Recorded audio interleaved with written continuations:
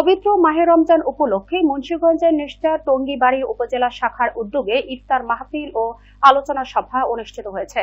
Staff reporter Mohammad Nasir Uddin জানান, বৃহস্পতিবার সন্ধ্যায় উপজেলার অডিটোরিয়ামে এই অনুষ্ঠানের আয়োজন করা হয়। এই সময় প্রধান অতিথি হিসেবে উপস্থিত ছিলেন উপজেলা সহকারী ভূমি কমিশনার মোহাম্মদ ওয়াজেদ ওয়াসি।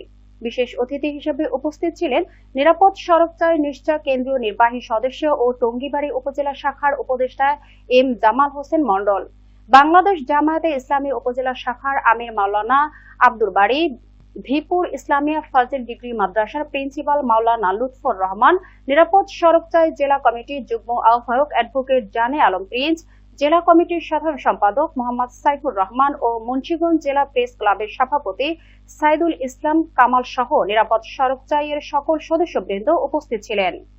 যে ত্রুটিগুলো হয় সেগুলো থাকে 53%-এর মতো। আমি যে স্ট্যাটিস্টিক্সটা বললাম সেই স্ট্যাটিস্টিক্সটা হচ্ছে বাংলাদেশ প্রকৌশল বিশ্ববিদ্যালয় কর্তৃক পরিচালিত একটা জরিপের মাধ্যমে।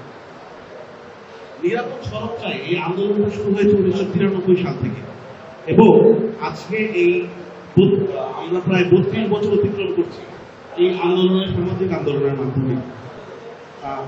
জুলাই গণবিপ্লবের পরে আমরা দেখেছি আমাদের প্রত্যেকটা মানুষ সচেতন এবং সকলেই সচেতনতার সাথে যেভাবে ফ্যাসিস্টের মোকাবেলা করেছি ঠিক একইভাবে এই জিনিসগুলো আমাদের আত্মস্থে আছে।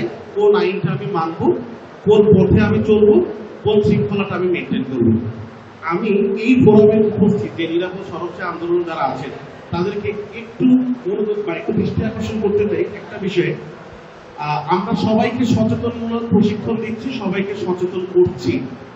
কয়জন মানুষ সচেতন হচ্ছে, মানে আমার সেই আইন শৃঙ্খলাটা মেনটেন করছে, তা এর রেসপেক্টে আমরা যদি সচেতনমূলক কার্যক্রমটা পরিচালনা করি বা প্রশিক্ষণ কার্যক্রম পরিচালনা করি তাহলে আমরা একটা নিরাপদ সড়ক পেতে পারি।